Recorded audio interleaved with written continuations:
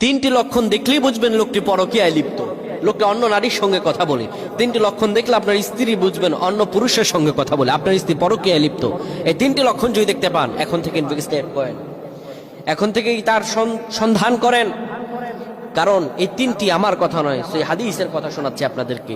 এই তিনটে চিহ্ন ফুটে উঠতে দেরি আর তার মধ্যে ভেজাল আছে, এটা চিন্তা করতে আর দেরি না। আমাদের সমাজে পরকীয়া রন্ধে রন্ধে ছড়িয়ে গেছে, জেনা ব্যভিচার রন্ধে রন্ধে ছড়িয়ে গিয়েছে।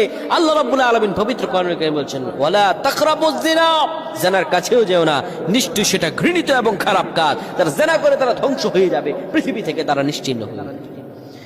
শুধু তাই নয়, পৃথিবীতে তাদের কোনো অশান্তি হবে, শান্তি আসবে না। তিনটি চিহ্ন দেখলে বুঝবেন লোকটা পরকীয়া আসক্ত। এক নম্বরে রাসূলুল্লাহ সাল্লাল্লাহু আলাইহি ওয়াসাল্লাম বলেন, মানুষ যখন পরকীয়া এবং জিনা করে, মানুষের চেহারা সৌন্দর্য নষ্ট হয়ে যায়। চেহারা সুন্দর কিন্তু দেখতে ভালো লাগে না, চেহারায় নূর নেই, আগে নূর ছিল এখন নূর নাই।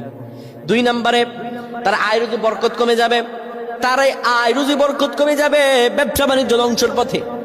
তিন নম্বরে দেখবেন অসুস্থ হয়ে যাবে, মৃত্যু কেমন যেন কাছাকাছি চলে আসছে এমন মনে হবে।